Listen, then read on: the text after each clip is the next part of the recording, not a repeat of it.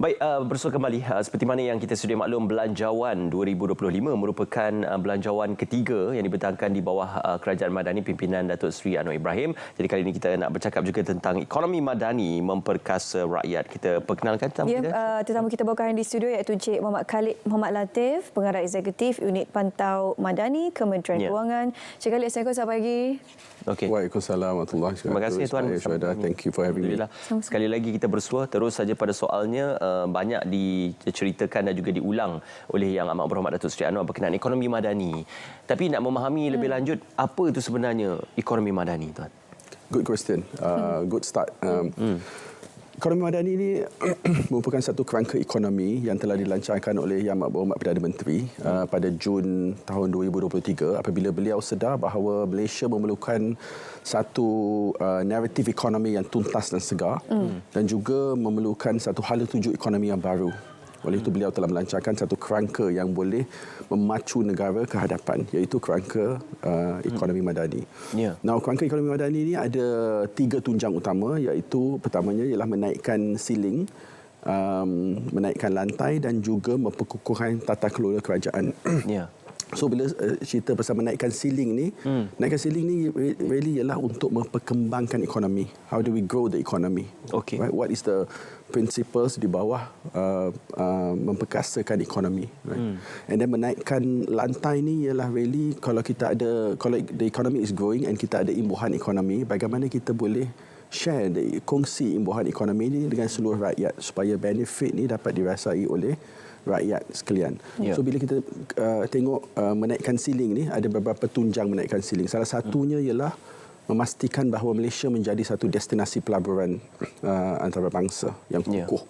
Dan oleh itu kita kena mengukuhkan industri-industri kita yang membolehkan Malaysia menjadi satu destinasi berdaya saing yang utama right, di negara. Dan kalau kita tengok some of the other tunjang, contohnya memastikan bahawa ekonomi kita menjadi satu ekonomi berinovatif, berdigital.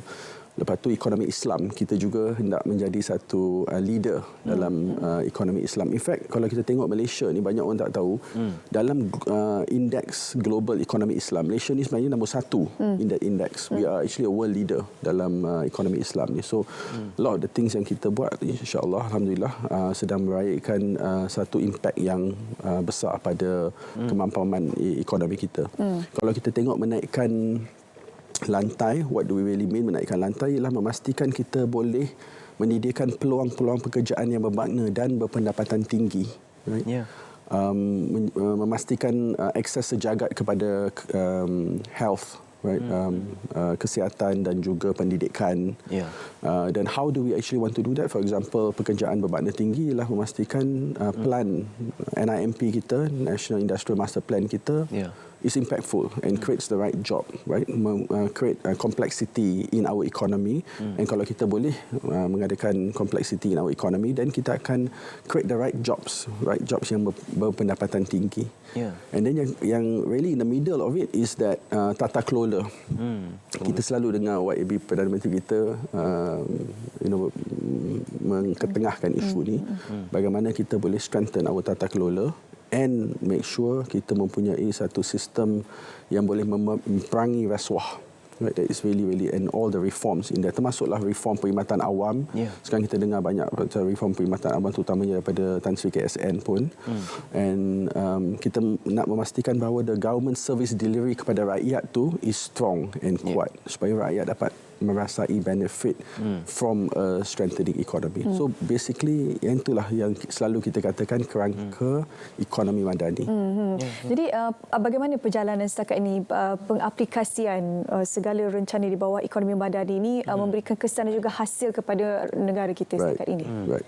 So kalau kita tengok the key question dia selalu kita akan tanya, kerangka strategi ekonomi madani ini, is it working, right? Is it delivering? Apa kesannya kepada ekonomi, apa kesannya kepada rakyat? So mulanya kita tengok indikator-indikator ekonomi. Sebab indikator ekonomi ini is an indicator yang bukannya is only domestic but also there is international indicators, kan? So pertamanya KDNK. Kita tengok KDNK kita. Dan KDNK kita alhamdulillah sedang merangsang dengan baik. Kita pada suku half year, insyaAllah kita ada mencatatkan KDNK 5.9% berbanding pada 4.2% pada tahun lepas. So a significant increase. And unjuran asal ekonomi kita pun 4% to 5%. Sekarang unjuran ekonomi telah dinaikkan sehingga highest level of 5.3%. World Bank pun unjuran awal ekonomi Malaysia 4.2%. Sekarang World Bank pun dah tukar unjuran ekonomi Malaysia kepada 4.8%. So the KDNK, kalau kita tengok unjuran ni, alhamdulillah is actually growing. Tapi terdapat banyak indikator-indikator lain. Contohnya yang banyak diperbahaskan kekuatan ringgit kita. Right, kekuatan ringgit kita. Last year ringgit was not doing very well. And I would say that sejak kita launch kerangka ekonomi madani dan juga of course implikasi ringgit ni bukan saja faktor domestik. Ada faktor luaran yang akan mempengaruhi ringgit juga, tetapi banyak inisiatif-inisiatif kerajaan untuk menkukuhkan ringgit, terutamanya memastikan bahawa Malaysia menjadi destinasi pelaburan yang utama. Akan support the level of the ringgit, and oleh itu ringgit pun kita tengok is one of the best performing currency kan in this past year. So ringgit pun telah kuat. Dan kalau kita tengok indeks lain, contohnya industrial index pun telah berkembang 3.3% as compared to 1% last year. And then medium income level pun, medium income salary pun telah naik kepada 2,900 berbanding where it was 1 year ago. So we saw about a 9.4% increase. Of course, dalam usaha kita untuk memastikan complexity economy, kita nak the medium income level rise to about 5,000 over di bawah plan NIMP, National Industrial, the new Industrial Master Plan, right? So yang tu insyaAllah on the longer term. So kalau kita tengok banyak indikator, termasuk contohnya ketibaan pelancong asing pun telah double. Our ketibaan pelancong asing pun telah double.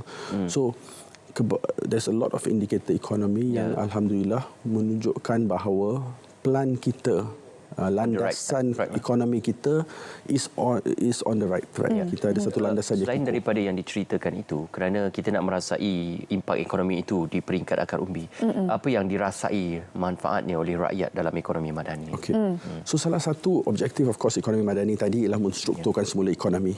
And why kita nak menstrukturkan semula ekonomi? The main objective is memperkasakan rakyat, meningkatkan kualiti hidup rakyat, right? Meningkatkan darjat kualiti hidup rakyat. That's the main objective in a strengthening economy. Bagaimana imbuhan ekonomi dapat dirasai oleh seluruh rakyat. Now, kalau kita tengok menstrukturkan semula ekonomi ini termasuk, for example, menyasarkan semula subsidi yang kita yang kerajaan telah announce dalam belanjawan pun, menyasarkan semula subsidi diesel telah dilakukan, dan RON 95 dalam belanjawan telah diumumkan bahawa akan 85% daripada rakyat will not be affected, takkan dikesan oleh penyiasatan semula. Tapi imbuhan daripada menstruktur semula ekonomi ialah untuk channel all the savings to the right area. So contohnya macam sumbangan tunai rahmah STR, kerajaan telah menaikkan daripada 8 bilion kepada 13 bilion. Right, and then golongan-golongan yang terkesan di bawah sumbangan tunai rahmah ni pun akan sekarang ni dapat menikmati lebih banyak imbuhan daripada usaha kerajaan untuk memastikan bahawa there is no golongan yang left behind. Whether is golongan OKU ataupun golongan miskin tegar kan. Sebab YB Perdana Menteri telah mengatakan bahawa salah satu objektif beliau ialah untuk menoktarkan kemiskinan tegar.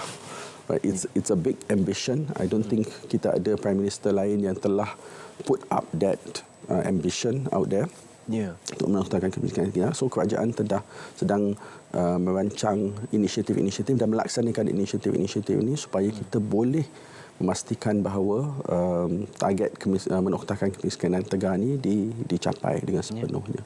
So terdapat banyak inisiatif-inisiatif yang sedang dijalankan, termasuk bantuan awal persekolahan, program sejati madani, program kampung angkat madani. Contohnya program kampung angkat madani ini ialah satu naratif daripada kerajaan madani untuk memperkasakan komuniti-komuniti, bahawa komuniti-komuniti ini akan mendapat pertolongan yang segera Sebanyak 2.5 juta telah di provide untuk setiap kampung, yang mana terdapat lebih kurang a bit more than 100 kampung.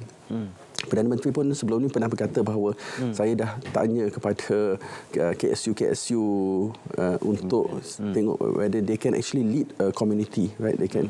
So Kampung Akad Madani ni ialah untuk memastikan bahawa dia bukan saja satu bantuan, tapi this one is untuk memperkasakan community supaya this myth yang kerajaan kadang agak slow untuk memastikan bahawa kita boleh menyalurkan bantuan ni kita dapat tangani. Because now kita boleh buat projek-projek ini dengan cepat, dengan tuntas, dengan berkesan. And also program macam program Sejati Madani yang kita ada, dan program ini ialah untuk memastikan bahawa komuniti-komuniti ini dapat menjalankan aktiviti ekonomi di dalam komuniti itu sendiri, dan impact daripada